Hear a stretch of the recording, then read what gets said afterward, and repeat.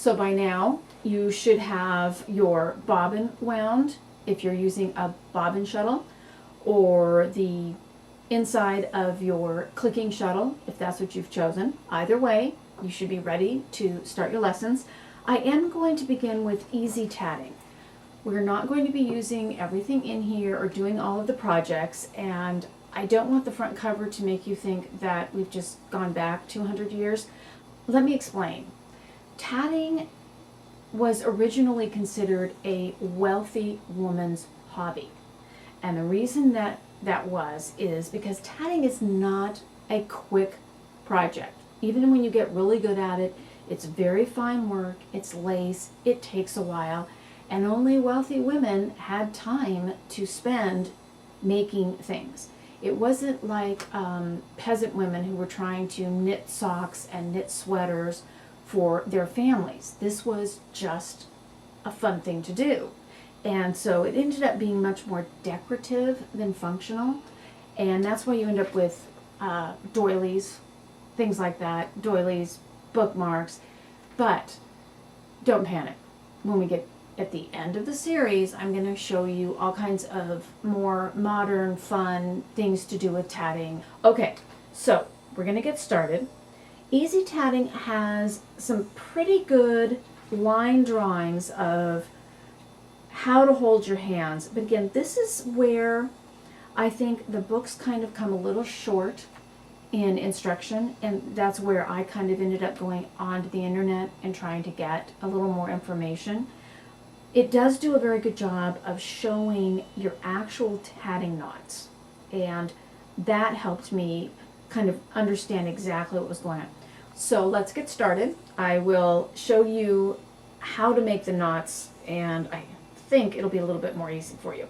If you're using the bobbin shuttle, you just kind of use your fingers and click your way to have enough thread. What you're looking for is the tail hanging off your hand, okay, over your finger, first finger and your thumb, okay, and you're holding it, and you want to spread the fingers and wrap the thread around and catch it again between your thumb and your forefinger.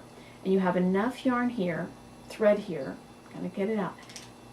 Here's what you want to do. You sort of turn your hand so it's, okay, again, you've got the shuttle in your hand, you turn your hand so it's over, and you're going to go under the thread and let it pass between your finger and the shuttle, and then bring the shuttle back over the thread, again just letting it pass, and it goes through this tunnel you've made with your fingers.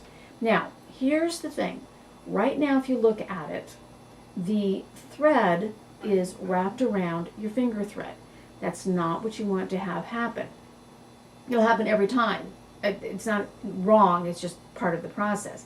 What you want to do is pull on that shuttle thread just a little bit so that it pops over, and you have, see right there, it popped, and now my finger thread is wrapped around the shuttle thread, okay? It's just, and they can go back and forth and back and forth and back and forth. So what you have is you have half of your knot, okay? Looks like that. So the next step is, there's no rolling of your hand on the next step, but what you want to do is go over your finger thread and under your finger thread. Now, I was doing at first sort of this dive bombing approach where I let the yarn float down here, and I went over and I kind of dive bombed in here, and I went out, grabbed it and pulled it and made the knot. Okay, so that's, and by the way, that's one whole knot. Okay, we just made one, and you can see it is kind of a bump over to, and that's considered one stitch, or called a double stitch. Okay, so here you wrap, let's do a stitch again. You wrap your hand under, this way you go under it, and you just literally let the thread slide between your finger and the shuttle until it overdoes it, and then you come back through and it's catching underneath the loop you made over your hands. That's the first half. See, and it's wrapped around your finger thread, you pop it, and it's now wrapped around the shuttle, and you do this. But this is better. The second half, instead of doing the dive bombing thing, and what you want to do is so slick. This is the right way to do it. Go, just slide it over the thread and slide it under the thread, and then it goes between the dangly down. Now I have 2 double stitches on my finger thread. So what tatting is, it's just like knitting. You know how you tell people when they think that they don't know how to knit, they could never learn how to knit, and you say, hey, it's 2 stitches. You learn how to knit and you learn how to purl. Then everything else is knit and purl. It's exact same way with tatting. There's the first half of the knot and the second half of the knot. You have the whole knot, the double stitch, and all of tatting is double stitches. Just play it around with. It's that straightforward. So let's go through, and this is supposed to be the part where the wealthy women were supposed to be really elegant and graceful with their hand movements. I'm not there yet.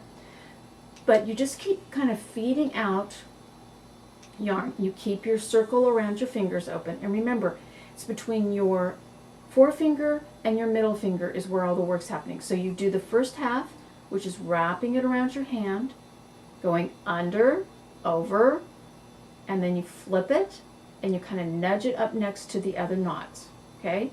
Then the second half, no flipping, you just go over, under, and through, and you do the next one, okay? It's just a bunch of half hitches. Now, what you want to do is then you start pulling them in circles. Let me just finish this one knot. See, I go over, and I finished another double knot. See, I'm just piling them up, and I can count them because of the tops that go over. There's 1 bump, 2, 3, and 4. Okay, I have 4. So let me show you how you make a picot. I've got 4 stitches on here. Okay, a picot, you're gonna love this. This is so insanely simple. You're just gonna laugh. Okay, you do your first half of your knot. So remember, you flip your hand under, you go under the thread and over the thread. But this time, remember when you pop the thread over, and before when you've done it, you snugged it right up next to the next thread. This time you're going to leave a gap. I don't know, it's like 1/4 of an inch, okay? Then you put your thumb there so it doesn't go slip slidey anywhere. You do the second half. Again, I kind of hold it with my pinky. I go over and under, and I pull it next to the first half. So I have a double stitch. You're used to that now. But I have this gap between it and the previous stitch. Well, when you slide it along,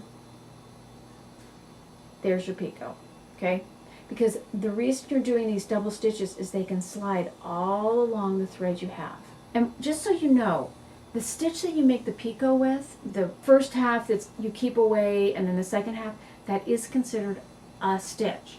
So when you're looking and when you're getting instructions, when you're making something, it'll say like 4 double stitches and a picot. Well, the stitch that makes the picot counts as one of the next, let's say, 4 double stitches. Okay, it's not like standing by itself. So now I have half, and I'm going this way. Then you've got this. Okay, I'm going to do 1 more. Okay, because what I want to show you is, this is so cool.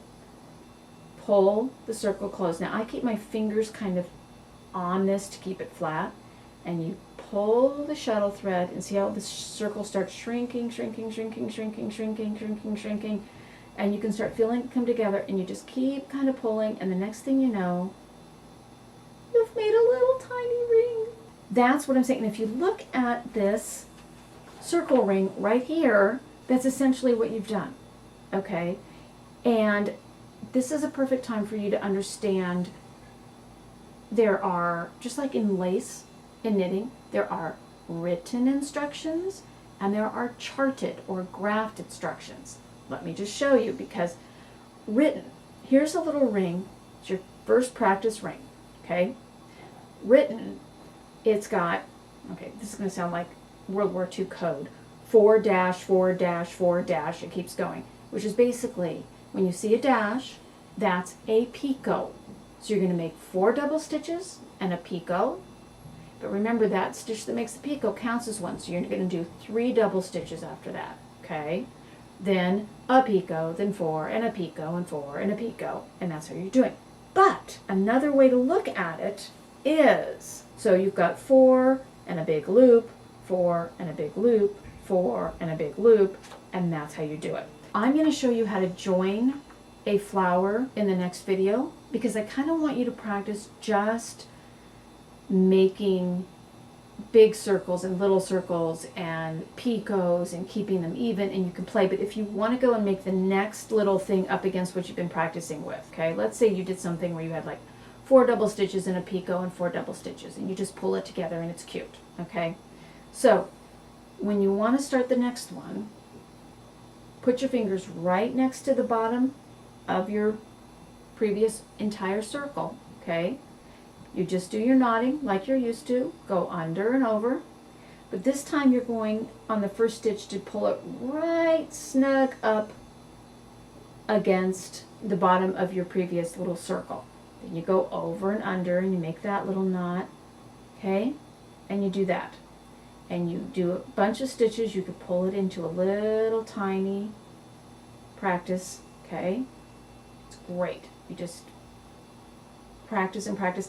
And I do think it's easier for knitters to learn to tat, because we're already used to kind of fuddling around with our fingers. Remember when you first learned to knit and you couldn't hold the needles right and you couldn't get the yarn right and everything fell and dropped, and I think it is a little easier for us to learn how to tat. And you'll notice, remember when I talked about your hands opening and closing, and how I thought that that would be kind of an anecdote to always knitting with your hands closed around your needles. Tatting makes you open and close your hands, and I think that's kind of a good thing to have going for you. So anyway, if you continue to do your tatting and you pull it together, you'll start pulling together little daisies. And frankly, just practice that. And again, it's so economical. If you don't like what you did, you know, I don't know, your picots are all even, or you just made a mess, or your knot didn't work, so it's not sliding, just